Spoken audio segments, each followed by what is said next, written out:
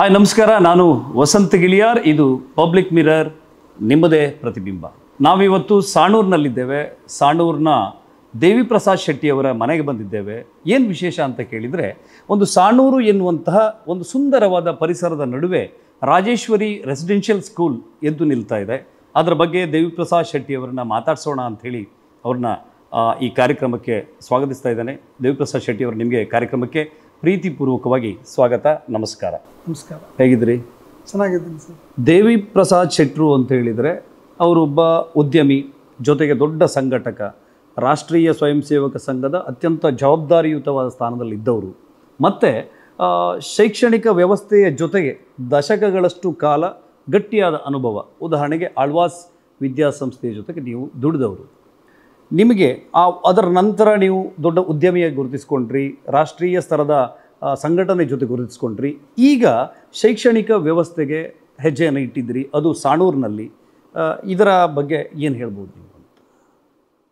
Basically ಹೇಳಬೇಕು ಅಂತ ಹೇಳಿದ್ರೆ ವಸಂತಣ್ಣ, ನಾನು ಒಂದು ಹಳ್ಳಿಯಿಂದ ಬಂದಂಥವ. ನಮ್ಮ ತಂದೆ ಇದೇ ಉಡುಪಿ ಜಿಲ್ಲೆಯ ಬೆಳ್ಳೆ ಗ್ರಾಮದಲ್ಲಿ ಪಟೇಲರಾಗಿದ್ದರು. ಒಂಥರ ಸಮಾಜಮುಖಿ ವ್ಯವಸ್ಥೆ ಇದ್ದಂಥ ಮನೆಯಲ್ಲಿ ಹುಟ್ಟುವಂಥ ಒಂದು ಅವಕಾಶ ನನಗೆ ಸಿಕ್ತು. ನಮ್ಮ ತಂದೆ ಕೂಡ ಶಿಕ್ಷಣದ ಬಗ್ಗೆ ಬಹಳಷ್ಟು ಆಸಕ್ತಿ ವಹಿಸ್ಕೊಂಡಂಥವ್ರು. ಅದರ ನಂತರ ನನಗೆ ರಾಷ್ಟ್ರೀಯ ಸ್ವಯಂ ಸೇವಕ ಸಂಘದ ಸಂಪರ್ಕಕ್ಕೆ ಬಂದೆ. ನಾನು 8ನೇ 9ನೇ ಕ್ಲಾಸಿಗೆ ಬರುವಾಗ RSS ಸಂಪರ್ಕಕ್ಕೆ ಬಂದೆ. ನಂತರ ಕಾಲೇಜ್ ದಿನಗಳಲ್ಲಿ ವಿದ್ಯಾರ್ಥಿ ಪರಿಷತ್ತಿಗೆ ಸದಸ್ಯನಾಗುವಂಥ ಒಂದು ಸಂದರ್ಭ ನನ್ನ ಬದುಕಲ್ಲಿ ಬಂತು. ನಂತರ ಸುದೀರ್ಘ ಒಂದು 15 ವರ್ಷಗಳಷ್ಟು ಕಾಲ ನನ್ನ ಸಂಬಂಧ ಅಖಿಲ ಭಾರತೀಯ ವಿದ್ಯಾರ್ಥಿ ಪರಿಷತ್ನ ಜೊತೆಗೆ ಇತ್ತು. ಆ ಕಾಲದಲ್ಲಿ ಶಿಕ್ಷಣದ ಒಂದಷ್ಟು ವಿಚಾರಗಳು ನಮ್ಮ ಗಮನಕ್ಕೆ ಬಂದ್ವಿ. ಶಿಕ್ಷಣದಲ್ಲಿದ್ದ ವ್ಯವಸ್ಥೆಯಲ್ಲಿದ್ದಂಥ ಕೊರತೆಗಳಿರ್ಬೋದು, ಅದನ್ನು ಬದಲಾವಣೆ ಮಾಡಬೇಕನ್ನುವಂಥ ಒಂದು ಆಶಯ ಇರ್ಬೋದು. ಇದೆಲ್ಲವೂ ಕೂಡ ವಿದ್ಯಾರ್ಥಿ ಪರಿಷತ್ ಕೆಲಸ ಮಾಡ್ತಿದ್ದಾಗ ಆದಂಥ ಅನುಭವದ ಹಿನ್ನೆಲೆಯಲ್ಲಿ ಮನಸ್ಸಲ್ಲಿ ಹುಟ್ಟಿರುವಂಥ ಯೋಚನೆಗಳು.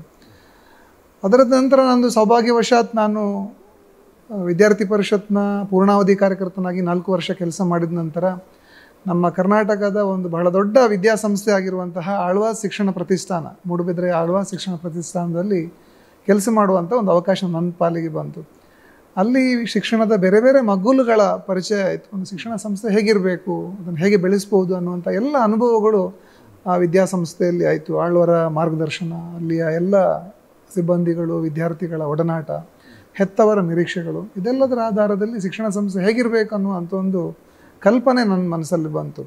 ಇದೆಲ್ಲದರ ಆಧಾರದಲ್ಲಿ ನನ್ನ ಮನಸ್ಸಲ್ಲಿ ಏನು ಒಳಗಿಂದ ಇತ್ತು ಅದು ಮತ್ತು ಆಳ್ವಾಸ್ನ ಅನುಭವ, ಇದೆಲ್ಲವನ್ನು ಒಟ್ಟಿಗೆ ಮಾಡಿ ಒಂದು ವಿದ್ಯಾಸಂಸ್ಥೆ ಮಾಡಬೇಕನ್ನುವಂಥ ಕನಸು ಬಹಳ ವರ್ಷಗಳಿಂದ ನನ್ನ ಮನಸ್ಸಲ್ಲಿತ್ತು. ಬೇರೆ ಬೇರೆ ಕಾರಣಗಳಿಗೋಸ್ಕರ ಅದು ಇಷ್ಟು ವರ್ಷ ಸಾಧ್ಯ ಆಗಿರಲಿಲ್ಲ. ಸುದೈವವಶಾತ್ ಇವಾಗ ಅದು ಮಾಡುವಂಥ ಒಂದು ಅವಕಾಶ ದೇವರು ಕೊಟ್ಟಿದ್ದಾನೆ. ಹಾಗೆ ಅದರ ಫಲರೂಪವೇ ಇವಾಗಿನ ಈ ರಾಜೇಶ್ವರಿ ಶಿಕ್ಷಣ ಸಂಸ್ಥೆ.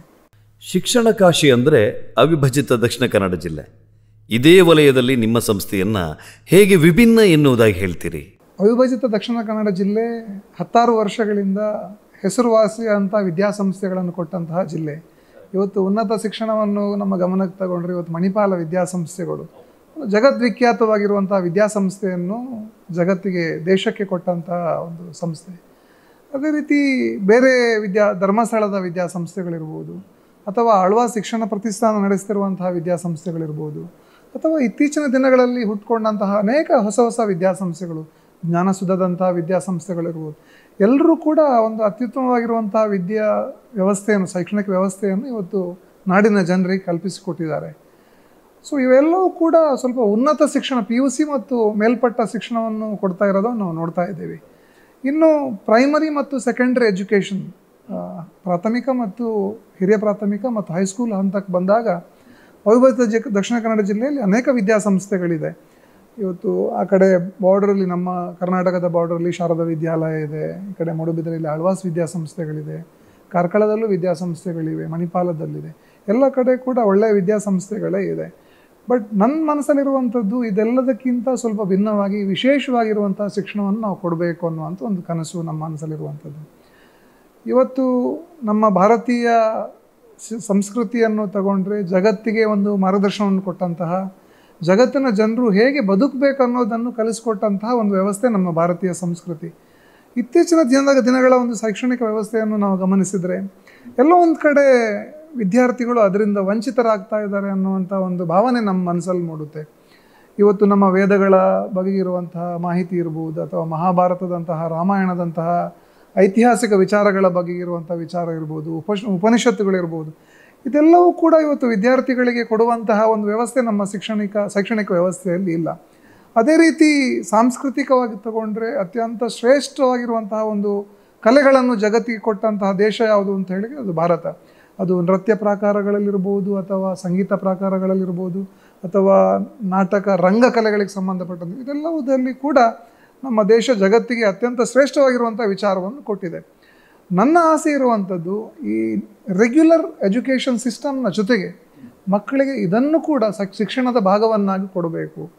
ಅದು ನಮ್ಮ ಜ್ಞಾನ ಪರಂಪರೆ ಇರ್ಬೋದು, ವೇದಗಳು, ಮಹಾಭಾರತ, ರಾಮಾಯಣ, ಭಾಗವತ, ಇಂತಹ ಒಂದು ಜ್ಞಾನ ಪರಂಪರೆ ಇರ್ಬೋದು, ಅಥವಾ ವೇದಿಕ್ ಮ್ಯಾಥ್ಸ್ ಇರ್ಬೋದು, ಅಥವಾ ನಮ್ಮ ವೈಜ್ಞಾನಿಕವಾಗಿರುವಂಥ ವಿಚಾರಗಳು. ಇವತ್ತು ಎಷ್ಟೋ ಸಂದರ್ಭಗಳಲ್ಲಿ ನಮ್ಮ ಸಂಸ್ಕೃತಿಯ ಅನೇಕ ಭಾಗಗಳನ್ನು ನಾವು ಒಂದು ಸಂಪ್ರದಾಯದ ರೀತಿಯಲ್ಲಿ, ಶಾಸ್ತ್ರದ ರೀತಿಯಲ್ಲಿ ನಾವು ಅದನ್ನು ನೋಡ್ತಾ ಇದ್ದೇವೆ. ಆದರೆ ನಮ್ಮ ಹಿರಿಯರು ಏನು ಮಾಡಿಕೊಟ್ಟಿದ್ದಾರೆ ಅದೆಲ್ಲವೂ ಕೂಡ ಅತ್ಯಂತ ವೈಜ್ಞಾನಿಕವಾಗಿರುವಂಥ ವಿಚಾರಗಳು. ಅದನ್ನು ಶಿಕ್ಷಣದ ಭಾಗವಾಗಿ ಕೊಡಬೇಕು ಅನ್ನೋದು ನಮ್ಮ ಮನಸ್ಸಲ್ಲಿರುವಂಥದ್ದು. ಎರಡನೇದು, ಇವಾಗ ಶಿಕ್ಷಣ ಅನ್ನುವಂಥದ್ದು ಮನುಷ್ಯನ ಬದುಕಿನಲ್ಲಿ ಬಹಳ ಮಹತ್ತರವಾಗಿರುವಂಥ ಒಂದು ಭಾಗ. ಮನುಷ್ಯನ ಹುಟ್ಟಿನಿಂದ ಹಿಡಿದು ಕೊನೆಯ ತನಕದ ಜೀವನವನ್ನು ತಗೊಂಡ್ರೆ ಶಿಕ್ಷಣ ಬಹಳ ಮುಖ್ಯವಾಗಿರುವಂಥದ್ದು. ಇಡೀ ಬದುಕಿಗೆ ಒಂದು ಪಂಚಾಂಗ ಯಾವುದು ಅಂತ ಹೇಳಿದ್ರೆ ಅದು ಶಿಕ್ಷಣ. ಆ ಶಿಕ್ಷಣವನ್ನು ಉತ್ಕೃಷ್ಟ ಮಟ್ಟದಲ್ಲಿ ನಾವು ಕೊಡಬೇಕು ಅನ್ನುವಂಥದ್ದು ನನ್ನ ಮನಸ್ಸಲ್ಲಿರುವಂಥದ್ದು. ಇವತ್ತು ಮಾಡರ್ನ್ ಎಜುಕೇಷನ್ ಏನಿದೆ ಅದು CBSE ಮಾದರಿಯಲ್ಲಿರ್ಬೋದು, ಅಥವಾ ಸ್ಟೇಟ್ ಮಾದರಿಯಲ್ಲಿರ್ಬೋದು. ಈ ಎರಡೂ ಮಾದರಿಗಳ ವ್ಯವಸ್ಥೆಯನ್ನು ಇಲ್ಲಿ ನಾವು ಕಲ್ಪಿಸಿಕೊಂಡು ಈ ಭಾಗದಲ್ಲಿರುವಂಥ ದಕ್ಷಿಣ ಕನ್ನಡ ಮತ್ತು ಉಡುಪಿ ಜಿಲ್ಲೆ ಮತ್ತು ಕರ್ನಾಟಕ ಇಲ್ಲಿರುವಂಥ ಒಳ್ಳೆಯ ಶಿಕ್ಷಕರನ್ನು ಆಯ್ಕೆ ಮಾಡಿ ಅತ್ಯುತ್ಕೃಷ್ಟವಾಗಿರುವಂತಹ ಒಂದು ಶಿಕ್ಷಣವನ್ನು ಕೂಡ ಮಕ್ಕಳಿಗೆ ಕೊಡಬೇಕು ಅನ್ನುವಂಥದ್ದು ಕನಸಿರುವಂಥದ್ದು. ನಾವೀಗ ಯೋಚನೆ ಮಾಡಿರುವಂಥದ್ದು ಒಂದು ಪೂರ್ಣ ಪ್ರಮಾಣದ ಒಂದು ರೆಸಿಡೆನ್ಷಿಯಲ್ ಸ್ಕೂಲ್, ಪೂರ್ಣ ಪ್ರಮಾಣದ ವಸತಿ ಶಾಲೆ. ಹಾಗಾಗಿ ಮಕ್ಕಳು 24 ಗಂಟೆ ನಮ್ಮ ಜೊತೆ ಇರ್ತಾರೆ. ಆ ಮಕ್ಕಳನ್ನು ನಾವು ಹೇಗೆ ಬೇಕಿದ್ರೂ ಕಟ್ಬೋದು. ನಾವು ಬೆಳಿಗ್ಗೆ 5 ಗಂಟೆಯಿಂದ ರಾತ್ರಿ 10 ಗಂಟೆ ತನಕದ ಏನು ಅವಧಿ ಏನಿದೆ ಅಲ್ಲಿ ಸಾಕಷ್ಟು ಸಮಯಾವಕಾಶ ನಮ್ಮಲ್ಲಿರ್ತದೆ. ಆ ಪೂರ್ಣ ಅವಧಿಯನ್ನು ಮಕ್ಕಳ ವ್ಯಕ್ತಿತ್ವದ ಸರ್ವಾಂಗೀಣ ಉನ್ನತಿಗೋಸ್ಕರ ನಾವು ಬಳಸ್ಕೊಳ್ಬೇಕು. ಅದಕ್ಕೆ ಪೂರಕವಾಗಿ ನಮ್ಮ ಕಾರ್ಯಕ್ರಮಗಳನ್ನು ರೂಪಿಸಬೇಕು ಈ ಸಂಸ್ಥೆಯಲ್ಲಿ. ಈ ಥರದ ಒಂದು ಯೋಚನೆ ಮನಸ್ಸಲ್ಲಿದೆ. ಅದು ಬೆಳಗ್ಗೆ ಎದ್ದ ತಕ್ಷಣ ಅವರ ಪ್ರಾತಃವೃದ್ಧಿಗಳನ್ನು ಪೂರೈಸಿಕೊಂಡು ಒಂದು ಯೋಗ ಮಾಡುವಂಥದ್ದು ಇರ್ಬೋದು, ಧ್ಯಾನ ಮಾಡುವಂಥದ್ದು ಇರ್ಬೋದು, ಅಥವಾ ಅದರ ನಂತರ 8:30 ಗಂಟೆಯಿಂದ ಸಂಜೆ 4:30 ಗಂಟೆಯ ಅವಧಿಯಲ್ಲಿ ಶೈಕ್ಷಣಿಕ ವ್ಯವಸ್ಥೆಯಲ್ಲಿರ್ಬೋದು, ಸಂಜೆ 5 ಗಂಟೆಯಿಂದ ಒಂದು 6:30 ಗಂಟೆ ತನಕ ಆಟ ಆಡುವಂತಹ ವಿಚಾರ, 7 ಗಂಟೆಯಿಂದ 8 ಗಂಟೆಯ ಒಂದು ಪ್ರಾರ್ಥನಾ ಅವಧಿ, ಅದರ ನಂತರ ಒಂದು ಊಟದ ವ್ಯವಸ್ಥೆ, ಇದೆಲ್ಲವನ್ನು ಕೂಡ ಒಂದು ಶಿಕ್ಷಣದ ಭಾಗವನ್ನಾಗಿ ನಾವು ಅದನ್ನು ರೂಪಿಸಬೇಕು. ಉದಾಹರಣೆಗೆ ಇವತ್ತು ಮಕ್ಕಳು ಆಟ ಆಡುವಂಥದ್ದು ತುಂಬ ಕಡಿಮೆ ಆಗಿದೆ. ಹಿಂದೆಲ್ಲ ನಾವೆಲ್ಲ ಚಿಕ್ಕದಿರುವಾಗ ಚಡ್ಡಿ ಹರಿದು ಹೋಗುವಷ್ಟರ ಮಟ್ಟಿಗೆ ನಾವು ಶಾಲೆಯಲ್ಲಿ ಆಟ ಆಡ್ತಾ ಇದ್ವಿ. ಈಗಿನ ಮಕ್ಕಳನ್ನು ನೋಡಿದರೆ ಟೈ, ಬೂಟ್, ಸೂಟ್ ಎಲ್ಲ ಹಾಕೊಂಡು ಆಟ ಆಡುವಂಥದ್ದು ಶಾಲೆಗಳಲ್ಲಿ ಕಾಣೋದೇ ಇಲ್ಲ. ಏನೋ ಒಂದು 10%, 15% ಮಕ್ಕಳು ಮಾತ್ರ ಇವತ್ತು ಆಟ ಆಡೋದನ್ನು ನಾವು ಕಾಣ್ತಾ ಇದ್ವಿ. ಸಮಗ್ರವಾಗಿ ಎಲ್ಲ ಮಕ್ಕಳಿಗೆ ಆಟ ಆಡುವಂಥ ವ್ಯವಸ್ಥೆ ಇವತ್ತಿನ ಶಾಲೆಗಳು ಕಲ್ಪಿಸಿಕೊಡ್ತಾ ಇಲ್ಲ. ಬಟ್ ಈ ರಾಜೇಶ್ವರಿ ಶಾಲೆಯಲ್ಲಿ ಮಕ್ಕಳು ಆಟ ಆಡಬೇಕು. ಅದು ಮಳೆ ಇರಲಿ, ಚಳಿ ಇರಲಿ, ಯಾವುದೇ ವ್ಯವಸ್ಥೆ ಇರಲಿ, ಎಲ್ಲ ಸಂದರ್ಭಗಳಲ್ಲೂ ದಿನ 1.5 ಗಂಟೆ ಮಕ್ಕಳು ಆಟ ಆಡಬೇಕು. ಅದಕ್ಕೆ ಪೂರಕವಾಗಿರುವಂತಹ ವ್ಯವಸ್ಥೆಗಳನ್ನು ನಾವು ಕಲ್ಪಿಸಿಕೊಡ್ತಾ ಇದ್ದೇವೆ.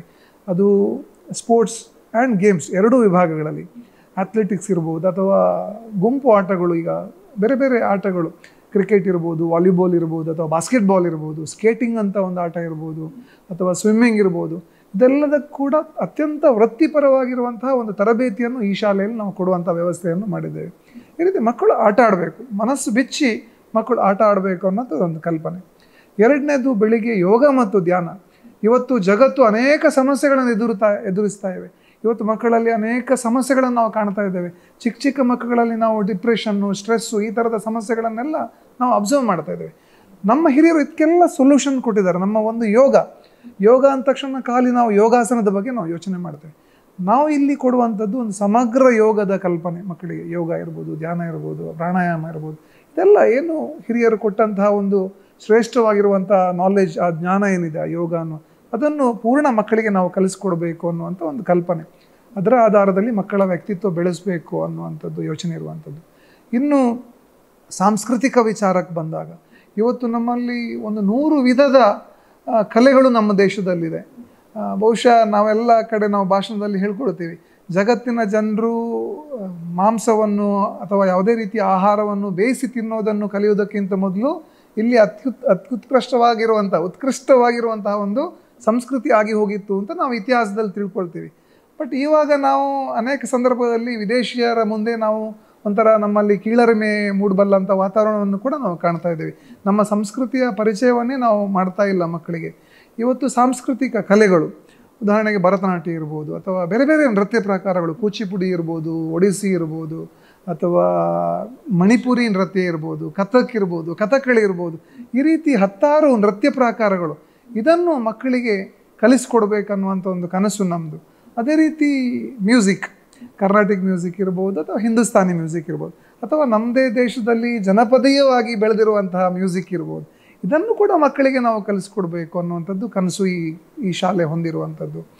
ಇವತ್ತು ಸಂಗೀತವನ್ನು ತಗೊಂಡ್ರೆ 10 ರೀತಿಯ ವಾದ್ಯ ಸಂಗೀತಗಳು, ಬೇಕಾದಷ್ಟು ಅವಕಾಶಗಳು, ಇವತ್ತು ಬೇಕಾದಷ್ಟು ಟ್ರೈನರ್ಸ್ ಇದ್ದಾರೆ. ನಾವು ಆ ಥರದ ಒಳ್ಳೊಳ್ಳೆಯ ವೃತ್ತಿಪರವಾಗಿರುವಂಥ ಟ್ರೈನರ್ಸನ್ನು ಕರ್ಕೊಂಡು ಮಕ್ಕಳಿಗೆ ಶಿಕ್ಷಣದ ಭಾಗವಾಗಿ ಇದನ್ನು ಕಲಿಸ್ಕೊಡ್ಬೇಕು. ಮಕ್ಕಳು ಇದನ್ನು ಕೂಡ ಹೇಗೆ ಒಂದು ಮ್ಯಾಥಮೆಟಿಕ್ಸ್ಗಾಗಲಿ ಸೈನ್ಸ್ಗಾಗಲಿ ವಾರದಲ್ಲಿ ನಾವು 4 ಅವಧಿ ಅಂತ ಹೇಗೆ ಪ್ರಿಸ್ಕ್ರೈಬ್ ಮಾಡಿರ್ತೀವೋ, ಅದೇ ರೀತಿ ಈ ರೀತಿಯ ಶಿಕ್ಷಣಕ್ಕೆ ಕೂಡ ಒಂದು ಇಂತಿಷ್ಟು ಅವಧಿ ಅಂತ ನಾವು ಇಟ್ಟಿರಬೇಕು. ಮಕ್ಕಳು ಅದನ್ನು ಕಲಿಬೇಕು. ಈ ರೀತಿಯ ಒಂದು ಕಲ್ಪನೆಯನ್ನು ನಾವಿಲ್ಲಿ ಇಟ್ಕೊಂಡಿದ್ದೇವೆ, ಶೈಕ್ಷಣಿಕವಾಗಿ, ಸಾಂಸ್ಕೃತಿಕವಾಗಿ, ಮತ್ತು ಒಟ್ಟು ನಮ್ಮ ದೇಶದ ಬಗ್ಗೆ, ನಮ್ಮ ಸಂಸ್ಕೃತಿಯ ಬಗ್ಗೆ, ನಮ್ಮ ಇತಿಹಾಸದ ಬಗ್ಗೆ ಮಕ್ಕಳಲ್ಲಿ ಹೆಮ್ಮೆಯನ್ನು ಮೂಡಿಸಿ ಮಕ್ಕಳನ್ನು ಆ ರೀತಿ ತರಬೇತಿ ಮಾಡುವಂಥ ಒಂದು ವ್ಯವಸ್ಥೆಯನ್ನು ಈ ಶಾಲೆಯಲ್ಲಿ ಕೊಡಬೇಕನ್ನುವಂಥ ಒಂದು ಯೋಜನೆಯನ್ನು ನಾವು ಮಾಡಿಕೊಂಡಿದ್ದೇವೆ. ಗುರುಕುಲ ಮಾದರಿಯ ಶಿಕ್ಷಣದ ಜೊತೆಗೆ ಆಧುನಿಕ ಶಿಕ್ಷಣದ ಸ್ಪರ್ಶ, ಇದು ನಿಮ್ಮ ಪರಿಕಲ್ಪನೆಯ? ಅತ್ಯಂತ ಸರಿಯಾಗಿರುವಂಥ ವಿಚಾರ ನೀವು ಹೇಳಿ. ಗುರುಕುಲ ಮಾದರಿನಲ್ಲಿ ಆಧುನಿಕವಾಗಿರುವಂಥ ಶಿಕ್ಷಣವನ್ನು ಕೊಡುವುದು. ಅನೇಕ ಬಾರಿ ನಾವು ಗುರುಕುಲ ಅಂದ ತಕ್ಷಣ ಒಂದು ತಪ್ಪು ಸಂದೇಶ ಸಮಾಜಕ್ಕೆ ಬಂದುಬಿಡುತ್ತೆ. ಇವರೇನೋ ಮಕ್ಕಳಿಗೆ ಅಂಗಿ ತೆಗೆಸಿ, ಕಚ್ಚೆ ಉಡಿಸಿ, ಜನಿವಾರ ಹಾಕಿಸಿ ಏನೋ ಶಿಕ್ಷಣವನ್ನು ಕೊಡಲಿಕ್ಕೆ ಹೊರಟಿದ್ದಾರೆ. ಗುರುಕುಲ ಅಂದ ತಕ್ಷಣ ಈ ರೀತಿಯ ಚಿತ್ರಣ ಮನಸ್ಸಿಗೆ ಬರುತ್ತೆ. ಬಟ್ ನಾವೇನು ಗುರುಕುಲ ಅಂತ ಹೇಳಿ ನಾವಿಲ್ಲಿ ಹೇಳ್ತಾ ಇದ್ದೀವಿ, ಆ ರೀತಿಯಲ್ಲ. ಆ ಗುರುಕುಲದಲ್ಲಿ ಯಾವ ಒಂದು ವ್ಯಾಲ್ಯೂಸ್ ಕೊಡ್ತಾ ಇದ್ರು, ಯಾವ ಒಂದು ಜೀವನ ಮೌಲ್ಯವನ್ನು, ಯಾವ ಒಂದು ಜ್ಞಾನವನ್ನು ಮಕ್ಕಳಿಗೆ ಕೊಡ್ತಾ ಇದ್ರು, ಆ ವ್ಯವಸ್ಥೆಯನ್ನು ಇಲ್ಲಿ ಕೊಡಬೇಕನ್ನುವಂಥ ಕನಸಿರುವಂಥದ್ದು. ಒಂದು ಪರಿಪೂರ್ಣವಾಗಿರುವಂಥ ಶಿಕ್ಷಣ, ಅದು ಆಧುನಿಕವಾಗಿರುವಂತಹ ಇವತ್ತಿನ ಸವಾಲುಗಳಿಗೆ ಬೇಕಾದ ಹಾಗೆ ಮಕ್ಕಳನ್ನು ತಯಾರು ಮಾಡುವಂತಹ ಶಿಕ್ಷಣವನ್ನು ಕೊಡುವಂಥದ್ದು. ಇವತ್ತು ನಾವು ನೋಡ್ತಾ ಇದ್ದೇವೆ, ಇವತ್ತು ಜಗತ್ತು ಅತ್ಯಂತ ವೇಗವಾಗಿ ಓಡ್ತಾ ಇದೆ. ಅದನ್ನು ಆ ವೇಗವನ್ನು ಹೇಗೆ ಫಾಲೋ ಮಾಡಬೇಕನ್ನುವಂತಹ ದೊಡ್ಡ ಸವಾಲು ನಮ್ಮ ಸಮಾಜದ ಮುಂದೆ, ಹೆತ್ತವರ ಮುಂದೆ ಇದೆ. ಹಾಗಾಗಿ ಆ ಮಕ್ಕಳನ್ನು ಆ ಸವಾಲಿಗೆ ಪೂರಕವಾಗಿ ಬೆಳೆಸೋದು ಕೂಡ ನಮ್ಮ ಸಂಸ್ಥೆ ಮುಂದೆ ಇರುವಂತಹ ಧ್ಯೇಯ. ಇವತ್ತು ಕಾಂಪಿಟೇಟಿವ್ ಎಕ್ಸಾಮ್ಸ್, ಇವತ್ತು ವೈದ್ಯಕೀಯ ಶಿಕ್ಷಣಕ್ಕೆ ಸಂಬಂಧಪಟ್ಟಂತಿರ್ಬೋದು, ಅಥವಾ ಇಂಜಿನಿಯರಿಂಗ್ ಶಿಕ್ಷಣಕ್ಕೆ ಸಂಬಂಧಪಟ್ಟಂತಾಗಿರ್ಬೋದು, ಅಥವಾ ಬೇರೆ ಬೇರೆ ರೀತಿಯ ಕಾಂಪಿಟೇಟಿವ್ ಎಕ್ಸಾಮ್ಸ್, ಇವತ್ತು IAS IPS ಈ ರೀತಿಯ ಪರೀಕ್ಷೆಗಳಿಗೆ ಮಕ್ಕಳನ್ನು ತಯಾರು ಮಾಡುವಂಥದ್ದಿರ್ಬೋದು. ಇದೆಲ್ಲದಕ್ಕೆ ಪೂರಕವಾಗಿ ಇಲ್ಲಿ ಮಕ್ಕಳನ್ನೊಂದು ತಯಾರು ಮಾಡಿ ಕಳಿಸ್ಬೇಕು. ಇವತ್ತು ವಿಶೇಷವಾಗಿ PUCನಲ್ಲಿ ಇವತ್ತು CETಗೆ, NEETಗೆ, IITಗೆಲ್ಲ ನಾವು ಟ್ರೈನಿಂಗ್ಗಳನ್ನು ಗಮನಿಸ್ತಾ ಇದ್ದೇವೆ. ನಮ್ಮ ಕನಸಿರುವಂಥದ್ದು 8th 9th ಮತ್ತು 10th ಈ 3 ಕ್ಲಾಸ್ಗಳಲ್ಲಿ ಮಕ್ಕಳನ್ನು ಆ ಪರೀಕ್ಷೆಯನ್ನು ಎದುರಿಸಲಿಕ್ಕೆ ಬೇಕಾಗುವಂಥ ಮಾನಸಿಕತೆ ಮತ್ತು ಬೇಸಿಕ್ ತಯಾರಿ ಇಷ್ಟನ್ನು ಮಾಡಿ ಆ ಮಕ್ಕಳನ್ನು ಬೆಳೆಸಬೇಕು ಅನ್ನುವಂಥದ್ದು 8th 9th 10th ಅಲ್ಲಿರುವಂಥ ಕಲ್ಪನೆ. ಇನ್ನು 5th 6th 7th ಈ 3 ಕ್ಲಾಸ್ಗಳಲ್ಲಿ ಮಕ್ಕಳ ವ್ಯಕ್ತಿತ್ವ ವಿಕಸನದ ಕಡೆಗೆ ಹೆಚ್ಚು ಫೋಕಸ್ ಮಾಡ್ತೀವಿ. ಅವರದ ಬಿಹೇವಿಯರ್ಸ್ ಇರ್ಬೋದು, ಅವರದ ನಡತೆಗಳಿರ್ಬೋದು, ಅವರ ನಾಲೆಜ್ ಇರ್ಬೋದು, ಅವರ ಗ್ರಹಿಸುವಿಕೆಯ ಏನು ಪವರ್, ಆ ಗುಣಮಟ್ಟವನ್ನು ಹೆಚ್ಚು ಮಾಡುವಂಥದ್ದಿರ್ಬೋದು. ಈ ರೀತಿಯ ಬೇಸಿಕ್ಸನ್ನು ಇಂಪ್ರೂವ್ ಮಾಡುವಂಥದ್ದು. ಇವತ್ತು ನಾವು ಶಾಲೆಗಳಲ್ಲಿ ನಾವು ಗಮನಿಸ್ತೇವೆ, ಒಂದಿಷ್ಟು ಹೋಮ್ವರ್ಕ್ಗಳನ್ನು ಮಕ್ಕಳಿಗೆ ಕೊಟ್ಟು ಮಕ್ಕಳ ಮೇಲೆ ಲೋಡ್ ಕೊಡುವಂಥದ್ದು. ನಮ್ಮದಿರೋದು ಹೋಮ್ವರ್ಕ್ ಅನ್ನುವಂಥ ಕಲ್ಪನೆ ನಮ್ಮ ಕಾಲೇಜಲ್ಲಿ, ನಮ್ಮ ಸ್ಕೂಲಲ್ಲಿ ಇಲ್ಲ. ಎಂಥ ಶೈಕ್ಷಣಿಕವಾಗಿರುವಂಥ ಚಟುವಟಿಕೆ ಇರ್ಬೋದು, ಅದೆಲ್ಲವೂ ಕೂಡ ಶಾಲೆಯಲ್ಲಿ ಶಿಕ್ಷಕರ ಮಾನಿಟರಿಂಗಲ್ಲಿ ಮುಗ್ದು ಹೋಗಬೇಕು. ಮಕ್ಕಳು ಶಾಲೆಯಿಂದ ಹೊರಗೆ ಬಂದ ಹಾಗೆ ಸ್ವತಂತ್ರವಾಗಿ ಯೋಚನೆ ಮಾಡುವ ರೀತಿಯಲ್ಲಿ ವಾತಾವರಣ ಕಲ್ಪಿಸಬೇಕು. ಮಕ್ಕಳು 4:45 5 ಗಂಟೆಗೆ ಕ್ಲಾಸ್ ಮುಗಿಸಿ ಹೊರಗಡೆ ಬಂದರು ಅಂತ ಹೇಳಿದರೆ ಮಕ್ಕಳಿಗೆ ಮತ್ತೆ ಟೆನ್ಷನ್ ಇರಬಾರ್ದು, ಮಕ್ಕಳಿಗೆ ಮತ್ತೆ ಸ್ಟ್ರೆಸ್ ಇರಬಾರ್ದು, ಮತ್ತೆ ಒತ್ತಡ ಇರಬಾರ್ದು. ಮಕ್ಕಳು ಒತ್ತಡ ಫ್ರೀಯಾಗಿ ಮಕ್ಕಳು ಆಟ ಆಡಬೇಕು, ಮಕ್ಕಳು ಫ್ರೀ ಇರಬೇಕು. ತುಂಬ ವಿಶಾಲವಾಗಿ ಯೋಚನೆ ಮಾಡುವಂತಹ ಮತ್ತು ತುಂಬ ಆಳವಾಗಿ ಯೋಚನೆ ಮಾಡುವಂತಹ ಮಾನಸಿಕತೆಯನ್ನು ನಾವು ಮಕ್ಕಳಲ್ಲಿ ಬೆಳೆಸುವಂಥ ವ್ಯವಸ್ಥೆಯನ್ನು ನಾವಿಲ್ಲಿ ಕಲ್ಪಿಸಿಕೊಡ್ತಾ ಇದ್ದೀವಿ. ಅದಕ್ಕೆ ನಾನು ನಿಮ್ಮ ಹತ್ರ ಪ್ರಾರಂಭದಲ್ಲಿ ಹೇಳಿದೆ, ಆಟ ಆಡಬೇಕು ಮಕ್ಕಳು ಅಂತ ಹೇಳಿ. ಹಿಂದಿನ ಮಕ್ಕಳು ತುಂಬ ಡ್ಯಾಶಿಂಗ್ ಇರ್ತಾಯಿದ್ರು, ತುಂಬ ಡೇರಿಂಗ್, ಯಾವುದು ಹೆದರಿಕೆ ಇರ್ತಿರ್ಲಿಲ್ಲ ಮಕ್ಕಳಿಗೆ. ಇವತ್ತಿನ ದಿನಗಳಲ್ಲಿ ಮಕ್ಕಳು ಸಣ್ಣ ಸಮಸ್ಯೆ ಬಂದಾಗ ಸ್ಟ್ರೆಸ್ಸಿಗೆ ಒಳಗಾಗೋದು, ಡಿಪ್ರೆಷನ್ಗೊಳಗಾಗೋದು, ಈ ರೀತಿಯದ್ದನ್ನೆಲ್ಲ ನಾವು ಗಮನಿಸ್ತಾ ಇದ್ದೇವೆ. ಹಿಂದೆ ಒಂದು 25 ವರ್ಷ ಹಿಂದೆ ಹೋದರೆ ಈ ರೀತಿಯದ್ದು ವ್ಯವಸ್ಥೆನೇ ಇರಲಿಲ್ಲ. ಮಕ್ಕಳು ಅತ್ಯಂತ ಸ್ವತಂತ್ರವಾಗಿದ್ದರು, ಅತ್ಯಂತ ಡ್ಯಾಶಿಂಗ್ ಇರ್ತಿದ್ರು, ಧೈರ್ಯವಂತರಾಗಿರ್ತಿದ್ರು. ಸೊ ಆ ರೀತಿಯ ಒಂದು ವಾತಾವರಣವನ್ನು ಮಕ್ಕಳಿಗೆ ಕಲ್ಪಿಸಿಕೊಡ್ಬೇಕನ್ನುವಂಥ ಕನಸು ಕೂಡ ನಮ್ಮ ಸಂಸ್ಥೆ ಹೊಂದಿದೆ ಸರ್. ರಾಜ್ಯದ ಬೇರೆ ಬೇರೆ ಜಿಲ್ಲೆಯಿಂದ ಇಲ್ಲಿಗೆ ವಿದ್ಯಾರ್ಥಿಗಳು ಬರ್ತಾರೆ. ಅವರಿಗೆ ನೀವು ಒದಗಿಸುವ ಸೌಲಭ್ಯ ಯಾವ ರೀತಿಯಲ್ಲಿರ್ತದೆ? ಖಂಡಿತ ಸಾಧ್ಯ ಇದೆ ವಸಂತಣ್ಣ. ನಾನು ಒಂದು 10 ವರ್ಷ ನಮ್ಮ ದಕ್ಷಿಣ ಕನ್ನಡ ಜಿಲ್ಲೆಯ ಒಂದು ಪ್ರತಿಷ್ಠಿತ ವಿದ್ಯಾಸಂಸ್ಥೆ ಆಗಿರುವಂಥ ಆಳ್ವಾ ಶಿಕ್ಷಣ ಸಂಸ್ಥೆಯಲ್ಲಿ ಕೆಲಸ ಮಾಡ್ತಾ ಇದ್ದೆ. ಆವಾಗ ನಾನು ವಿಶೇಷವಾಗಿ ಗಮನಿಸ್ತಾ ಇದ್ದದ್ದೇ ಹಾಸ್ಟೆಲ್ ವ್ಯವಸ್ಥೆಯನ್ನು.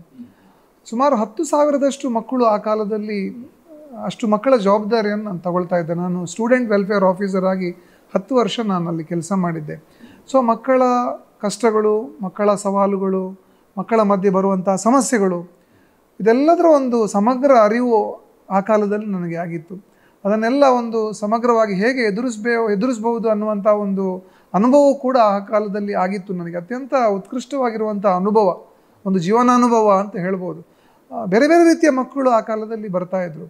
ಸೊ ಆವಾಗ ಆ ಮಕ್ಕಳನ್ನು ನಾವು ನಡೆಸ್ಕೊಂಡ ರೀತಿ, ಅವರ ಕೇರ್ ತಗೊಂಡಂತಹ ಏನು ಅನುಭವ ಏನಿದೆ ಅದು ಇವತ್ತು ನನಗೆ ಖಂಡಿತ ಉಪಯೋಗಕ್ಕೆ ಬರ್ಬೋದು ಅಂತ ನಾನು ಅಂದ್ಕೊಂಡಿದ್ದೇನೆ.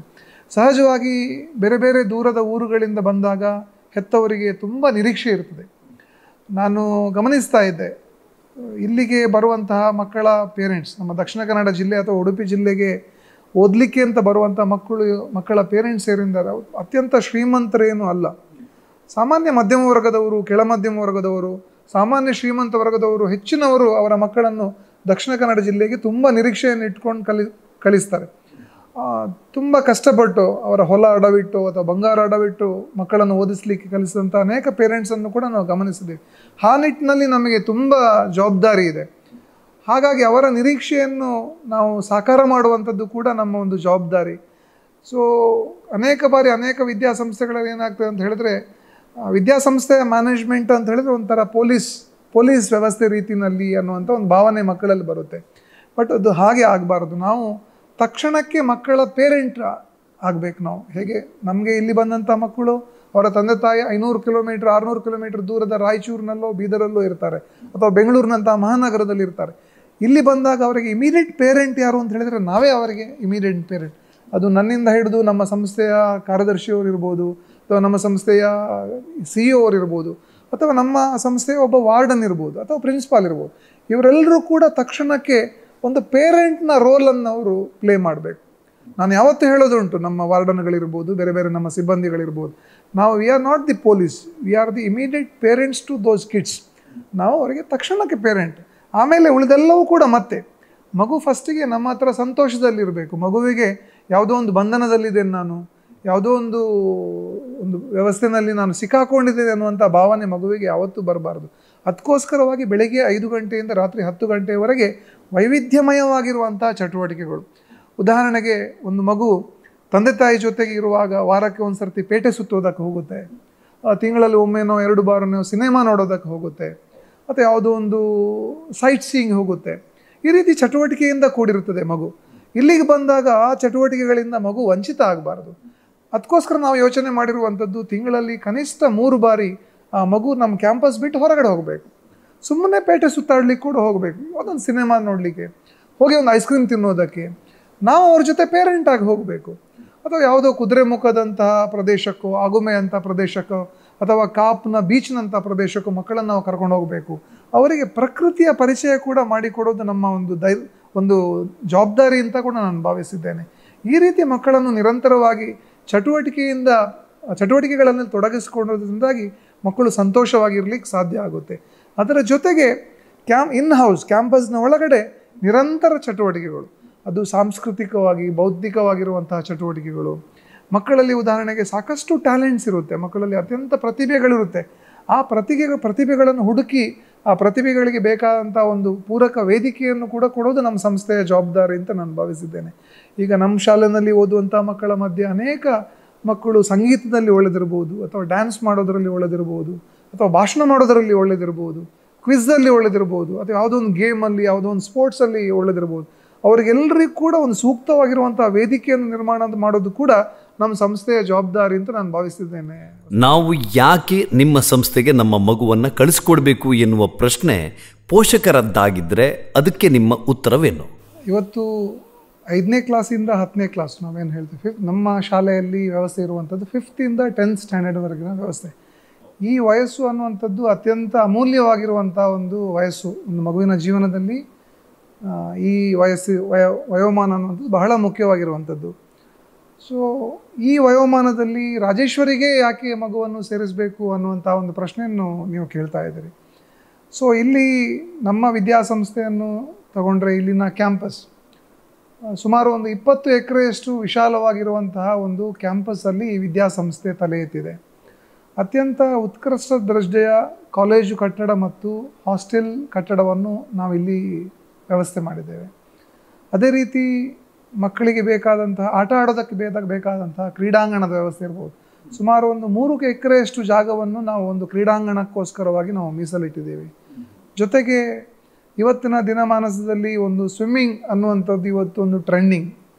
ತುಂಬ ಜನ ವಿದ್ಯಾರ್ಥಿಗಳಿಗೆ ಸ್ವಿಮ್ಮಿಂಗ್ ಮಾಡಬೇಕು ಅನ್ನುವಂಥ ಒಂದು ಆಸೆ ಇದೆ. ಅದಕ್ಕೋಸ್ಕರ ಸ್ವಿಮ್ಮಿಂಗ್ ಪೂಲ್ನ ವ್ಯವಸ್ಥೆಯನ್ನು ನಾವು ಕೂಡ ಇಲ್ಲಿ ಮಾಡಿದ್ದೇವೆ.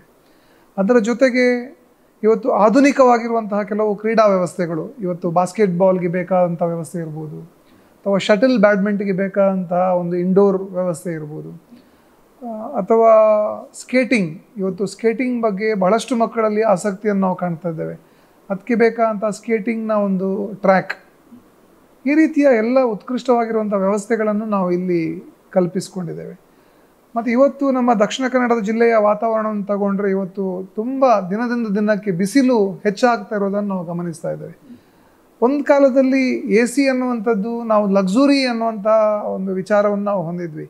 ಇವಾಗ AC ಅನ್ನುವಂಥದ್ದು ಜೀವನಾವಶ್ಯಕ ಅನ್ನುವಷ್ಟರ ಮಟ್ಟಿಗೆ ವಾತಾವರಣ ನಿರ್ಮಾಣ ಆಗಿದೆ. ಹಾಗಾಗಿ ನಾವು ಯೋಚನೆ ಮಾಡಿದ್ದೇವೆ, ನಮ್ಮ ಸ್ಕೂಲ್ ಬಿಲ್ಡಿಂಗ್ ಮತ್ತು ಹಾಸ್ಟೆಲ್ ಬಿಲ್ಡಿಂಗ್ ಎರಡರಲ್ಲೂ ಕೂಡ ಹವಾನಿಯಂತ್ರಿತವನ್ನಾಗಿ ಮಾಡಬೇಕು ವ್ಯವಸ್ಥೆಯನ್ನು ಅನ್ನುವಂಥ ಒಂದು ಯೋಜನೆಯನ್ನು ಕೂಡ ನಾವು ಇಲ್ಲಿ ಮಾಡಿದ್ದೇವೆ. ಇನ್ನು ಇದೆಲ್ಲದಕ್ಕಿಂತ ಮೀರಿ ಒಂದು ಶಿಕ್ಷಕರ ವ್ಯವಸ್ಥೆ. ಇವತ್ತು ಶಿಕ್ಷಣದಲ್ಲಿ ಬೇರೆ ಬೇರೆ ಶಾಲೆಯಲ್ಲಿ ನಾವು ನೋಡ್ತಾ ಇದ್ದೇವೆ, ತುಂಬ ಕಡಿಮೆ ಸಂಬಳವನ್ನು ಶಿಕ್ಷಕರಿಗೆ ಕೊಡ್ತಾ ಇರೋದನ್ನು ನಾವು ಗಮನಿಸ್ತಾ ಇದ್ದೇವೆ. ಆದರೆ ಇವತ್ತು ರಾಜೇಶ್ವರಿ ವಿದ್ಯಾಸಂಸ್ಥೆಯಲ್ಲಿ ಒಂದು ಶಿಕ್ಷಕರಿಗೆ ಒಂದು ಒಳ್ಳೆಯ ಸಂಬಳವನ್ನು ನಾವು ಕೊಡಬೇಕನ್ನುವಂಥ ಒಂದು ನಿರ್ಧಾರವನ್ನು ನಾವು ಮಾಡಿದ್ದೇವೆ. ತನ್ಮೂಲಕ ಜಿಲ್ಲೆಯ ಮತ್ತು ರಾಜ್ಯದ ಅತ್ಯುತ್ತಮ ಶಿಕ್ಷಕರನ್ನು ಆಯ್ಕೆ ಮಾಡಿ ಈ ಶಾಲೆಗೆ ನಾವು ಸೇರಿಸ್ಕೋಬೇಕು ಅನ್ನುವಂಥ ಯೋಜನೆಯನ್ನು ನಾವು ರೂಪಿಸಿಕೊಂಡಿದ್ದೇವೆ. ತನ್ಮೂಲಕ ಶ್ರೇಷ್ಠವಾಗಿರುವಂಥ ಶೈಕ್ಷಣಿಕ ವ್ಯವಸ್ಥೆ ನಮ್ಮ ವಿದ್ಯಾರ್ಥಿಗಳಿಗೆ ಸಿಗಬೇಕು. ಇದು ನಮ್ಮ ಮನಸ್ಸಲ್ಲಿರುವಂತಹ ಯೋಜನೆ. ಅದಕ್ಕೆ ಪೂರಕವಾಗಿ ಶಿಕ್ಷಕರ ಆಯ್ಕೆಯ ಪ್ರಕ್ರಿಯೆಗಳು ನಡೀತಾ ಇದೆ. ಸಾಮಾನ್ಯವಾಗಿ ಒಂದು ವಿದ್ಯಾಸಂಸ್ಥೆಗೆ ಶಿಕ್ಷಕರನ್ನು ತಗೊಳ್ಳುವಾಗ 10 ಇನ್ಫ್ಲುಯೆನ್ಸ್ಗಳು, 10 ಬೇರೆ ಬೇರೆ ಫ್ಯಾಕ್ಟರ್ಗಳು ಕನ್ಸಿಡರ್ ಆಗುತ್ತವೆ. ಆದರೆ ರಾಜೇಶ್ವರಿ ವಿದ್ಯಾಸಂಸ್ಥೆಗೆ ಒಬ್ಬ ಶಿಕ್ಷಕನನ್ನು ತಗೊಳ್ಳುವಾಗ ಯಾವ ಇನ್ಫ್ಲುಯೆನ್ಸ್ಗಳಿಗೂ ಯಾವ ವಶೀಲಿಗಳಿಗೂ ಅವಕಾಶ ಕೊಡದೆ ಆ ಶಿಕ್ಷಕನ ಮೆರಿಟ್ ಆಧಾರದಲ್ಲಿ ನಾವು ಶಿಕ್ಷಕರ ಆಯ್ಕೆಯನ್ನು ನಾವು ಮಾಡ್ತಾ ಇದ್ದೇವೆ. ಸೊ ಹಾಗಾಗಿ ಒಳ್ಳೆಯ ಶಿಕ್ಷಕರು ನಮ್ಮ ವಿದ್ಯಾಸಂಸ್ಥೆಯಲ್ಲಿ ಲಭ್ಯ ಆಗ್ತಾರೆ. ಅದರ ಜೊತೆಗೆ ಹಾಸ್ಟೆಲ್, ನಾನು ಪ್ರಾರಂಭದಲ್ಲಿ ಹೇಳಿದೆ, 5ನೇ ಕ್ಲಾಸಿಂದ 10ನೇ ಕ್ಲಾಸ್ ವಯೋಮಾನ ಅನ್ನೋದು ಅತ್ಯಂತ ಅಮೂಲ್ಯವಾಗಿರುವಂಥ ಒಂದು ಮಗುವಿನ ವಯಸ್ಸದು. ಆ ವಯಸ್ಸಲ್ಲಿ ನಮ್ಮ ಜೊತೆ ಆ ಮಕ್ಕಳು ಹಾಸ್ಟೆಲಲ್ಲಿ ಇರ್ತಾರೆ. ಹಾಗೆ ಹಾಸ್ಟೆಲ್ ಫೆಸಿಲಿಟೀಸ್, ಅತ್ಯುತ್ತಮವಾಗಿರುವಂಥ ಒಂದು ಹಾಸ್ಟೆಲ್ ವ್ಯವಸ್ಥೆಯನ್ನು ನಾವು ಇಲ್ಲಿ ಮಾಡ್ತಾ ಇದ್ದೇವೆ. ಇವತ್ತು ಒಂದು 25-30 ವರ್ಷ ಹಿಂದೆ ನಮ್ಮ ಬಾಲ್ಯದ ಜೀವನಕ್ಕೆ ಹೋದಾಗ ನಾವು ಒಂದು ಸಾಮಾನ್ಯ ಆಹಾರ ವ್ಯವಸ್ಥೆಯಲ್ಲಿ ನಾವೆಲ್ಲರೂ ಇದ್ವಿ. ಇವಾಗಿನ ಮಕ್ಕಳು ಹಾಗೆಲ್ಲ ಉತ್ತಮ ಆಹಾರವನ್ನು ಪೇರೆಂಟ್ಸ್, ಇವತ್ತಿನ ವಿದ್ಯಾರ್ಥಿಗಳು, ಇವತ್ತಿನ ಮಕ್ಕಳಿಗೆ ಕೊಡ್ತಾ ಇದ್ದಾರೆ. ಹಾಗಾಗಿ ಮಗು ಹೇಗೆ ತಂದೆ ತಾಯಿ ಜೊತೆ ಇರುವಾಗ ಹೇಗೆ ಶುಚಿಯಾದಂತಹ ರುಚಿಗೆ ಆದಂತಹ ಒಂದು ಆಹಾರವನ್ನು ಹೇಗೆ ತಗೊಳ್ತಾನೋ, ಅದೇ ರೀತಿ ಉತ್ಕೃಷ್ಟವಾಗಿರುವಂತಹ ಒಂದು ರುಚಿಯಾದಂಥ ಒಂದು ಆಹಾರ ವ್ಯವಸ್ಥೆಯನ್ನು ಮಕ್ಕಳಿಗೆ ಕೊಡಬೇಕು ಅನ್ನೋದು ಕೂಡ ನಮ್ಮ ಒಂದು ಯೋಜನೆ ಆಗಿದೆ. ಅದಕ್ಕೋಸ್ಕರ ಒಳ್ಳೆಯ ಕುಕ್ಕುಗಳು, ಒಳ್ಳೆಯ ವ್ಯವಸ್ಥೆಗಳನ್ನು ಕೂಡ ನಾವು ಈ ನಮ್ಮ ವಿದ್ಯಾಸಂಸ್ಥೆಯಲ್ಲಿ ಮಾಡ್ತಾ ಇದ್ದೇವೆ. ವಿಶೇಷವಾಗಿ ಇವತ್ತು ನಾವು ತರಕಾರಿ ಇರ್ಬೋದು ಅಥವಾ ಇನ್ಯಾವುದೇ ವ್ಯವಸ್ಥೆಗಳಲ್ಲಿ ರಾಸಾಯನಿಕವನ್ನು ಬೆರೆಸುವಂಥದ್ದು ಎಲ್ಲ ನಾವು ನೋಡಿದ್ದೇವೆ. ಹಾಗಾಗಿ ನಾವು ಯೋಚನೆ ಮಾಡುವಂಥದ್ದು, ನಮ್ಮ ಮಕ್ಕಳಿಗೆ ನಮ್ಮ ತೋಟದಲ್ಲಿ ಬೆಳೆದಿರುವಂಥ ತರಕಾರಿಯನ್ನೇ ನಾವು ಕೊಡಬೇಕು. ಇವತ್ತು ನಮ್ಮ ವಿದ್ಯಾಸಂಸ್ಥೆ ಇರುವಂಥದ್ದು ಒಂದು ಕೃಷಿ ಪ್ರಧಾನವಾಗಿರುವಂಥ ಗ್ರಾಮದಲ್ಲಿ. ಇವತ್ತು ಇಲ್ಲಿ ನಮ್ಮ ಕ್ಯಾಂಪಸ್ಸಿಗೆ ಸೇರಿಕೊಂಡೇ ಸುಮಾರು ಒಂದು 25 ಎಕರೆ ನಮ್ಮ ಹತ್ರ ಕೃಷಿ ಭೂಮಿ ಇದೆ. ಇನ್ನು ಆಸುಪಾಸಿನಲ್ಲಿ ಸಾಕಷ್ಟು ಕೃಷಿ ಭೂಮಿ ನಮ್ಮ ನೆರೆಹೊರೆಯಲ್ಲಿದೆ. ಅವರೆಲ್ಲರಿಗೆ ಪ್ರೇರಣೆಯನ್ನು ಕೊಟ್ಟು ತರಕಾರಿ, ಅಕ್ಕಿ ಈ ಥರದ ಬೆಳೆಗಳನ್ನು ಬೆಳೆಸುವ ರೀತಿಯಲ್ಲಿ ಅವರಿಗೆ ಪ್ರೇರಣೆ ಕೊಟ್ಟು ಆ ಅಕ್ಕಿಯನ್ನು, ಆ ತರಕಾರಿಯನ್ನು ನಮ್ಮ ಆಹಾರದ ವ್ಯವಸ್ಥೆಯಲ್ಲಿ ನಾವು ತಗೊಳ್ಬೇಕನ್ನೋದು ಯೋಜನೆಯನ್ನು ಕೂಡ ಮಾಡ್ಕೊಂಡಿದ್ದೀವಿ. ನಿಮ್ಮ ಸಂಸ್ಥೆಯಲ್ಲಿನ ಮಕ್ಕಳ ಆರೋಗ್ಯದ ಬಗ್ಗೆ ನಿಮ್ಮ ಕಾಳಜಿ ಏನು? ಸ್ಕೂಲಿನ ವಾತಾವರಣ ಹೇಗಿರಬಹುದು? ಇವತ್ತು ಪೇರೆಂಟ್ಸ್ ನೀವು ಹೇಳಿದ ಹಾಗೆ ಮಕ್ಕಳ ಆರೋಗ್ಯದ ಬಗ್ಗೆ ತುಂಬ ಕಾನ್ಷಿಯಸ್ ಇದ್ದಾರೆ. ಒಂದು ಸಣ್ಣ ಜ್ವರ ಬಂದರೆ ತುಂಬ ತಲೆಬಿಸಿ ಮಾಡಿಕೊಳ್ತಾರೆ. ಸೊ ಈ ಹಿನ್ನೆಲೆಯಲ್ಲಿ ನಮ್ಮ ವಿದ್ಯಾಸಂಸ್ಥೆಯಲ್ಲಿ 24x7 ಆರೋಗ್ಯಕ್ಕೆ ಬೇಕಾಗಿರುವಂಥ ಪೂರಕ ವ್ಯವಸ್ಥೆಯನ್ನು ನಾವು ಮಾಡಿರ್ತೀವಿ. ಇಲ್ಲಿ ಒಂದು ಹೆಣ್ಮಕ್ಳಿಗೆ ಬೇರೆ, ಗಂಡು ಮಕ್ಕಳಿಗೆ ಬೇರೆ ಫಸ್ಟ್ ಏಡ್ ಸೆಂಟರ್ ನಾವು ಇಲ್ಲಿ ಮಾಡಿದ್ದೇವೆ. ಇನ್ ಕೇಸ್ ಯಾವುದೇ ಒಂದು ಮಗುವಿಗೆ ಅನಾರೋಗ್ಯ ಆಯಿತು ಅಂತ ಹೇಳಿದರೆ ಅವರನ್ನು ನಾವು ಸುಮ್ಮನೆ ಹಾಸ್ಟೆಲಲ್ಲಿ ಬಿಟ್ಬಿಡೋದಿಲ್ಲ. ತಕ್ಷಣಕ್ಕೆ ಅವರಿಗೆ ಬೇಕಾದಂಥ ವೈದ್ಯಕೀಯ ವ್ಯವಸ್ಥೆಗಳು, ಅದು ಡಾಕ್ಟ್ರನ್ನು ಇಲ್ಲಿಗೆ ಕರೆಸಿ ಕೊಡುವಂತಹ ವೈದ್ಯಕೀಯ ವ್ಯವಸ್ಥೆ ಇರ್ಬೋದು, ಅಥವಾ ಇಲ್ಲಿ ಅದಕ್ಕೋಸ್ಕರ ಅಂತಲೇ ಒಂದು ವಾಹನವನ್ನು ಇಟ್ಕೊಂಡು ಅವರನ್ನು ವೈದ್ಯರ ಬಳಿಗೆ ಕರ್ಕೊಂಡು ಹೋಗುವಂಥದ್ದು ಇರ್ಬೋದು. ಇದು ಯಾವುದರಲ್ಲೂ ಕೂಡ ಒಬ್ಬ ಪೇರೆಂಟ್ ತನ್ನ ಮಗುವಿಗೆ ಏನನ್ನು ಮಾಡಬಹುದು ಅದಕ್ಕಿಂತ ಒಂದು ಪಟ್ಟು ಹೆಚ್ಚನ್ನು ನಾವು ಮಾಡ್ತೀವಿ ಅನ್ನುವಂತಹ ಒಂದು ವಿಶ್ವಾಸವನ್ನು ಕೂಡ ನಾನು ಇಲ್ಲಿ ವ್ಯಕ್ತಪಡಿಸಲಿಕ್ಕೆ ಇಷ್ಟಪಡ್ತೇನೆ. ಇಲ್ಲಿ 24x7 ಒಂದು ನರ್ಸಿಂಗ್ ಆರೋಗ್ಯ ಸಹಾಯಕರು ಇಲ್ಲೇ ಇರ್ತಾರೆ. ನಮ್ಮ ಸಂಸ್ಥೆಯ ಸಿಬ್ಬಂದಿಯನ್ನಾಗಿ ನಾವು ಅವರನ್ನು ತಗೊಳ್ತೀವಿ. ಜೊತೆಗೆ ಪ್ರತಿ ದಿವಸ 1 ಗಂಟೆ ಒಬ್ಬರು ವೈದ್ಯರು ಈ ವಿದ್ಯಾಸಂಸ್ಥೆಗೆ ವಿಸಿಟ್ ಮಾಡ್ತಾರೆ ಮತ್ತು ಆ ಮಕ್ಕಳ ಆರೋಗ್ಯದ ಪರೀಕ್ಷೆಯನ್ನು ಮಾಡ್ತಾರೆ. ಸೊ ಇನ್ನು ಈ ವಯಸ್ಸಲ್ಲಿ ಮಕ್ಕಳ ಆಹಾರ, ವಿಹಾರ ಮತ್ತು ವಿಚಾರ ಇವು ಮೂರೂ ಕೂಡ ಬಹಳ ಮುಖ್ಯವಾಗಿರುವಂತಹ ಒಂದು ಭಾಗವಾಗಿರುವಂಥದ್ದು. ಮಕ್ಕಳಿಗೆ ಕೊಡಬೇಕಾದಂಥ ಆಹಾರ ಅದು ಉತ್ಕೃಷ್ಟ ದರ್ಜೆಯ ಆಹಾರ ಆಗಿರಬೇಕು. ಅದು ಒಂದು ರೀತಿಯ ಸಂತುಲಿತವಾಗಿರುವಂತಹ ಒಂದು ಆಹಾರ ವ್ಯವಸ್ಥೆ. ನಮ್ಮ ಒಂದು ಅಡ್ವೈಸರಿ ಬೋರ್ಡಲ್ಲಿ ಒಬ್ಬರು ಡಾಕ್ಟರ್ ಮುರಳಿ ಕೃಷ್ಣ ಅಂತ ಒಬ್ಬರು ಇದ್ದಾರೆ. ಈಸ್ ಎ ಪಿಡಿಯಾಟ್ರಿಷಿಯನ್, ಮಕ್ಕಳ ತಜ್ಞರವರು. ಸೊ ಇಂತಹ ತಜ್ಞರಿಂದ ಮಾಡಲ್ಪಟ್ಟಂಥ ಒಂದು ಆಹಾರದ ವ್ಯವಸ್ಥೆಯನ್ನು ನಾವು ಮಕ್ಕಳಿಗೆ ಕೊಡಬೇಕು ಅಂತ ನಾವು ಯೋಚನೆ ಮಾಡಿದ್ದೇವೆ. ಒಂದು ಸಂತುಲಿತವಾಗಿರುವಂಥ ಒಂದು ಆಹಾರದ ವ್ಯವಸ್ಥೆ ಅದು ನಮ್ಮಲ್ಲಿ ಲಭ್ಯ ಇರುತ್ತೆ. ಅದೇ ರೀತಿ ಮಕ್ಕಳಿಗೆ ವಿಹಾರ, ಮಕ್ಕಳ ಆಟ ಪಾಠ ಈ ಥರದ ವಿಚಾರಗಳು ಇದು ಕೂಡ ಅತ್ಯಂತ ಶ್ರೇಷ್ಠವಾಗಿರುವಂಥದ್ದನ್ನು ಕೊಡಬೇಕು ಅನ್ನೋದು ನಮ್ಮ ಸಂಸ್ಥೆಯ ಧ್ಯೇಯ ಆಗಿದೆ. ಇನ್ನು ಮಕ್ಕಳಿಗೆ ಶ್ರೇಷ್ಠವಾಗಿರುವಂಥ ವಿಚಾರ ಕೊಡಬೇಕು. ಮಕ್ಕಳಿಗೆ ದೇಹಕ್ಕೆ, ಮನಸ್ಸಿಗೆ, ಬುದ್ಧಿಗೆ, ಆತ್ಮಕ್ಕೆ ಇದು 4ಕ್ಕೂ ಕೂಡ ಒಂದು ಸಮಗ್ರವಾಗಿರುವಂತಹ ಒಂದು ಫೀಡಿಂಗ್ ನಮ್ಮ ಸಂಸ್ಥೆಯಲ್ಲಿ ಆಗಬೇಕು ಅನ್ನುವಂಥದ್ದು ನಮ್ಮ ಕಲ್ಪನೆ ಇರುವಂಥದ್ದು. ಇವತ್ತಿನ ಯುಗದಲ್ಲಿ ಪರಿಸ್ಥಿತಿ ಹೇಗೆ ಆಗಿದೆ ಅಂತ ಹೇಳಿದರೆ, ಬದುಕಿನ ಅನಿವಾರ್ಯತೆಯಿಂದ ಇವತ್ತು ಗಂಡ ಮತ್ತು ಹೆಂಡತಿ ಇಬ್ಬರೂ ಕೂಡ ಇವತ್ತು ಕೆಲಸ ಮಾಡಬೇಕಂತ ಒಂದು ಅನಿವಾರ್ಯ ಕಾಲಘಟ್ಟದಲ್ಲಿ ನಾವೆಲ್ಲರೂ ಇದ್ದೇವೆ. ಇಂತಹ ಕಾಲಘಟ್ಟದಲ್ಲಿ ಮಕ್ಕಳು ಯಾವುದೇ ರೀತಿಯ ಒತ್ತಡಕ್ಕೆ ಒಳಗಾಗದೆ, ಯಾವುದೇ ರೀತಿಯ ತಪ್ಪು ದಾರಿಯನ್ನು ಹಿಡಿಯದೆ ಮಕ್ಕಳನ್ನು ಬೆಳೆಸುವಂಥದ್ದು ಬಹಳ ಮುಖ್ಯವಾಗಿರುವಂಥ ವಿಚಾರ. ಸೊ ಈ ರೀತಿಯ ಒಂದು ಒಳ್ಳೆಯ ವ್ಯವಸ್ಥೆಯನ್ನು ನಾವು ಇಲ್ಲಿ ಕಲ್ಪಿಸಿಕೊಡ್ತೇವೆ ಅನ್ನುವಂಥ ಭರವಸೆಯನ್ನು ನಾನು ಈ ಮೂಲಕ ಸಮಾಜಕ್ಕೆ ಕೊಡಲಿಕ್ಕೆ ನಾನು ಇಚ್ಛೆ ಪಡ್ತೇನೆ.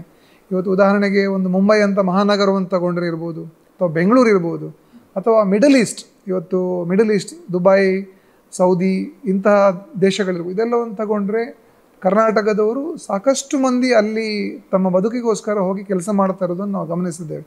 ಅಂಥ ಮಕ್ಕಳಿಗೆ ಒಂದು ಸೂಕ್ತವಾಗಿರುವಂಥ ವ್ಯವಸ್ಥೆ ನಮ್ಮ ರಾಜೇಶ್ವರಿ ಶಿಕ್ಷಣ ಸಂಸ್ಥೆ ಅಂತ ಹೇಳಲಿಕ್ಕೆ ನಾನು ಇಚ್ಛೆ ಪಡ್ತೇನೆ.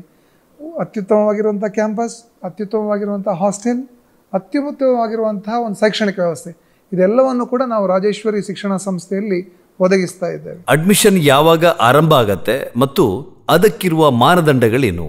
ಈಗಾಗಲೇ ಸಾಕಷ್ಟು ಅಡ್ಮಿಷನ್ ಕನೆಕ್ಟೆಡ್ ಕಾಲ್ಗಳು ಈಗಾಗಲೇ ಬರಲಿಕ್ಕೆ ಶುರುವಾಗಿದೆ. ನಾವು ಯೋಚನೆ ಮಾಡಿರುವಂಥದ್ದು ಒಟ್ಟು ಈ ವಿದ್ಯಾಸಂಸ್ಥೆಯಲ್ಲಿ 700 ಮಕ್ಕಳು ಇರಬೇಕು ಅನ್ನೋದು ನಮ್ಮ ಕಲ್ಪನೆ. ಅದಕ್ಕಿಂತ ಹೆಚ್ಚು ವಿದ್ಯಾರ್ಥಿಗಳನ್ನು ನಾವು ತಗೊಳ್ಳಿಕ್ಕಿಲ್ಲ. ಹಾಗಾಗಿ ಈಗಾಗಲೇ ನಾವು ಅಡ್ಮಿಷನ್ನ ಪ್ರಕ್ರಿಯೆಗಳನ್ನು ಪ್ರಾರಂಭ ಮಾಡಿದ್ದೇವೆ. ಸೊ ಜನವರಿ, ಫೆಬ್ರವರಿ ಮತ್ತು ಮಾರ್ಚ್ ಈ 3 ತಿಂಗಳಲ್ಲಿ ನಾವು ಎಂಟ್ರೆನ್ಸ್ ಎಕ್ಸಾಮನ್ನು ಕೂಡ ನಾವು ಮಾಡೋರಿದ್ದೇವೆ. ಆ ಎಂಟ್ರೆನ್ಸ್ ಎಕ್ಸಾಮ್ ಮಾಡಿ ಆ ಮಕ್ಕಳನ್ನು ನಾವು ಈ ಸಂಸ್ಥೆಗೆ ಸೇರಿಸುವಂಥ ಪ್ರಕ್ರಿಯೆ ಮಾಡ್ತೇವೆ. ಜೊತೆಗೆ ಸಮಾಜದಲ್ಲಿ ಒಂದಷ್ಟು ಪ್ರತಿಭಾನ್ವಿತ ವಿದ್ಯಾರ್ಥಿಗಳಿರ್ತಾರೆ, ಬಟ್ ಆರ್ಥಿಕವಾಗಿ ಅವರಿಗೆ ನಮ್ಮ ಫೀಸನ್ನು ಕಟ್ಟುವಷ್ಟು ಅವರು ಸಮರ್ಥರಾಗಿರುವುದಿಲ್ಲ. ಸೊ ಅಂಥ ವಿದ್ಯಾರ್ಥಿಗಳಿಗೆ ಕೂಡ ಇಲ್ಲಿ ಓದಲಿಕ್ಕೆ ಅವಕಾಶ ಇದೆ. ಒಂದು ಇಂತಿಷ್ಟು ಪರ್ಸೆಂಟೇಜ್ ನಾವು ನಮ್ಮ ಟ್ರಸ್ಟಲ್ಲಿ ಒಂದು ಚರ್ಚೆಯನ್ನು ಮಾಡಿ ಒಂದು ಇಂತಿಷ್ಟು ಪರ್ಸೆಂಟೇಜ್ ಸೀಟ್ಸನ್ನು ಅಂತಹ ಪ್ರತಿಭಾನ್ವಿತ ವಿದ್ಯಾರ್ಥಿಗಳಿಗೆ ಕೊಡಬೇಕನ್ನುವಂಥ ಒಂದು ಕನಸು ಕೂಡ ನಮ್ಮ ವಿದ್ಯಾಸಂಸ್ಥೆಗಿದೆ. ಆ ಹಿನ್ನೆಲೆಯಲ್ಲಿ ಎಂಟ್ರೆನ್ಸ್ ಎಕ್ಸಾಮಲ್ಲಿ ಯಾರು ಶ್ರೇಷ್ಠವಾಗಿರುವಂಥ ಸಾಧನೆಯನ್ನು ಮಾಡ್ತಾರೆ ಅವರಿಗೆ ಒಂದು ಮೆರಿಟ್ ಸ್ಕಾಲರ್ಶಿಪ್ಸನ್ನು ಕೂಡ ಕೊಡುವಂಥ ಯೋಚನೆ ಇದೆ. ಆ ಪರೀಕ್ಷೆಗಳನ್ನು ನಾವು ಜನವರಿಯಲ್ಲಿ, ಫೆಬ್ರವರಿಯಲ್ಲಿ ಮತ್ತು ಮಾರ್ಚ್ 3 ತಿಂಗಳಲ್ಲಿ ಅದನ್ನು ನಡೆಸೋರಿದ್ದೇವೆ. ಯಾರು ಅಂತಹ ಅರ್ಜಿಗಳನ್ನು ಹಾಕ್ತಾರೆ ಅವರಿಗೆ ನಾವು ಪತ್ರ ಮುಖೇನ ಅದನ್ನು ಮಾಹಿತಿಯನ್ನು ಕೊಡ್ತೇವೆ. ಆಸಕ್ತ ವಿದ್ಯಾರ್ಥಿಗಳು ಅರ್ಜಿಯನ್ನು ಕೂಡ ಸಲ್ಲಿಸಬಹುದು ಅಂತ ಹೇಳಲಿಕ್ಕೆ ಇಚ್ಛೆ ಪಡ್ತೇನೆ ನಾನು. ನೋಡಿದ್ರಲ್ಲ ವೀಕ್ಷಕರೇ, ಒಂದು ರಾಜೇಶ್ವರಿ ವಿದ್ಯಾಸಂಸ್ಥೆಯನ್ನು ಕಟ್ಟಲಿಕ್ಕೆ ಹೊರಟಿರುವಂಥ ಅರ್ಥಾತ್ ಕಟ್ಟಿರುವಂತಹ ದೇವಿಪ್ರಸಾದ್ ಶೆಟ್ಟಿಯವರ ಮನಸ್ಸಿನ ಮಾತುಗಳನ್ನು ಇಲ್ಲಿಯ ತನಕ ನೀವು ಕೇಳಿಸ್ಕೊಂಡ್ರಿ. ಒಂದು ಭಾಳ ವಿಶಿಷ್ಟವಾದಂಥ ಕಲ್ಪನೆಯ ಜೊತೆಗೆ ಒಂದು ಸಂಸ್ಥೆಯನ್ನು ಕಟ್ಟಲಿಕ್ಕೆ ಹೊರಟಿದ್ದಾರೆ. ಬಹುಶಃ ಭವಿಷ್ಯದ ಒಂದು ಅತ್ಯುತ್ಕೃಷ್ಟ ಗುಣಮಟ್ಟದ ಜನಾಂಗವನ್ನು ನಿರ್ಮಿಸುವ ಕನಸಿನ ಜೊತೆಗೆ ಹೊರಟಿರುವಂತಹ ದೇವಿಪ್ರಸಾದ್ ಶೆಟ್ಟರಿಗೆ ನಾವು ಮುಂಗಡವಾಗಿ ಶುಭಾಶಯವನ್ನು ಕೋರ್ತಾ, ಶೆಟ್ಟರೆ ಇಷ್ಟೊತ್ತು ನಿಮ್ಮ ಇಡೀ ವಿಸ್ತೃತವಾದಂಥ ಒಂದು ಕಲ್ಪನೆಯನ್ನು ನಮ್ಮ ಪಬ್ಲಿಕ್ ಮಿರರ್ ಚಾನಲ್ ಜೊತೆ ಹಂಚಿಕೊಂಡ್ರಿ. ನಿಮಗೆ ಮತ್ತೊಮ್ಮೆ ಧನ್ಯವಾದಗಳು. ನಮಸ್ಕಾರ.